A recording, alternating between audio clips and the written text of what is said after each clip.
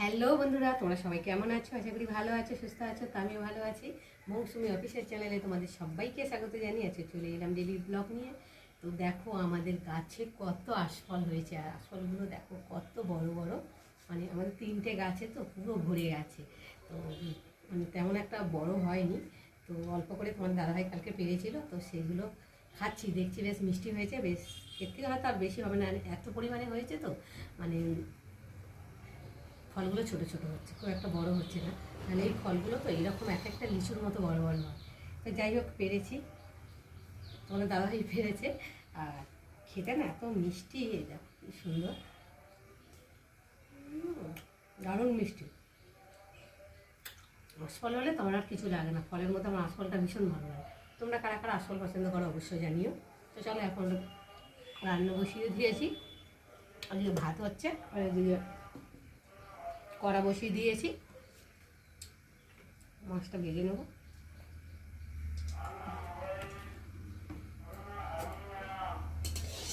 তেলটা বেশ ভালোই গরম হয়ে গেছে, আর এখন আমি একে একে মাছগুলোকে দিয়ে ভেজে নেবো। রাস্তা দিয়ে যাচ্ছে, হাঁটতে হাঁটতে হয়তো বুঝতেই যাচ্ছে মাছটা হচ্ছে।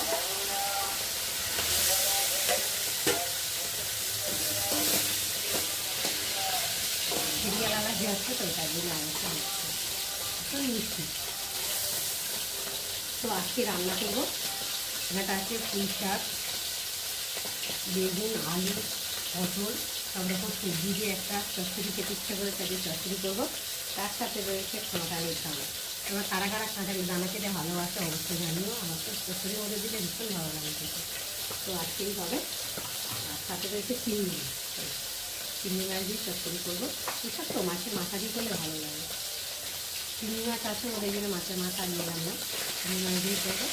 আর মাছটাকে এবার মিশিয়ে দেবো।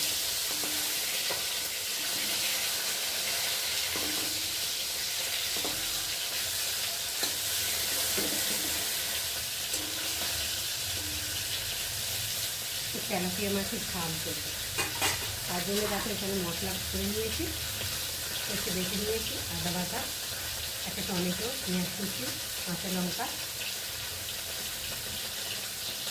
যেগুলো ধনেগুলো সেগুলো আছে বলে আর বাঁচতে হয়নি। যাই হোক এখন আমি মাছগুলোকে ভেজে নিই একে একে খাবো।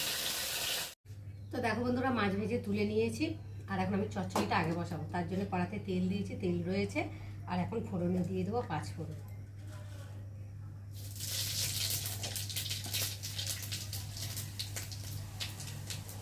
এটা দিয়ে দেবো একটু পেঁয়াজ,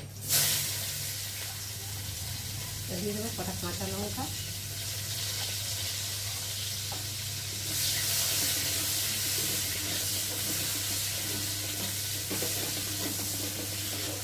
পেঁয়াজটা বেশ লাল লাল করে ভাজা হয়ে এসেছে। এবার দিয়ে দেবো কেটে রাখা সবজিগুলো। পুঁই শাকটা পরে দেবো, যেহেতু আলু পটলগুলো দিয়েছি, তো ওগুলো একটু তেলের মধ্যে ভেজে নিলে তাহলে খেতে ভালো লাগবে বন্ধুরা, জানো। ওই জন্য আমি একসাথে দিই না, অনেকে আছে একসাথে দিয়ে পরে, কিন্তু সেটা ভালোভাবে ভাজানো মানে কষানো যায় না। একটু ভাজা ভাজা না হলে তো সবজিগুলো খেতে অতটা টেস্ট লাগবে না। ওই জন্য আমি আগে সবজিটা ভালো করে ভেজে নিই।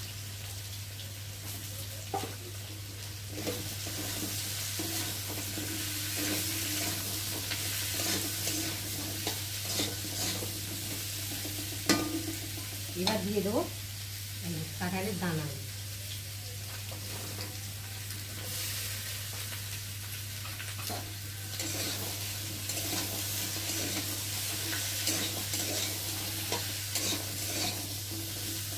দিয়ে এবার সবজিটাকে আমি ভালো করে তেলের মধ্যে একটু কষিয়ে নেবো ঢাকা দিয়ে। দেখো বন্ধুরা, বেশ সবজিটা লাল লাল করে তেলের মধ্যে ভেজে নিয়েছি, আর এখন আমি দিয়ে দেবো পরিমাণ মতো নুন, দিয়ে দেবো হলুদ গুঁড়ো, দিয়ে দেবো জিরের গুঁড়ো,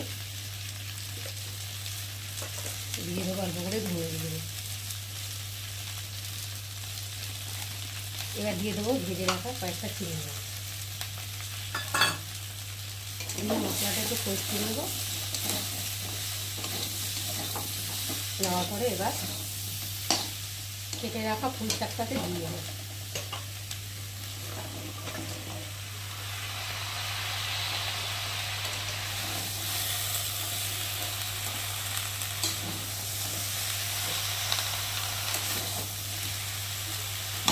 দিয়ে একটু নাড়িয়ে ঢাকা দিয়ে। তো দেখো আমার চচ্চড়িটা বেশ ভালোভাবে কষিয়ে নিয়েছি। আর এখন আমি একটু ভালো করে নেড়ে আর অল্প করে জল দিয়ে দেবো, যেহেতু কাঁঠালের দানা রয়েছে তো একটু শক্ত, একটু জল না দিলে তো সেদ্ধ হবে না ভালো। এমনিতে আলু সেদ্ধ হয়ে গেছে, বেগুন এসব সেদ্ধ হয়ে গেছে, কাঁঠালের দানাটা একটু শক্ত আছে তো ওর জন্য অল্প করে একটু জল দিয়ে দিতে হবে।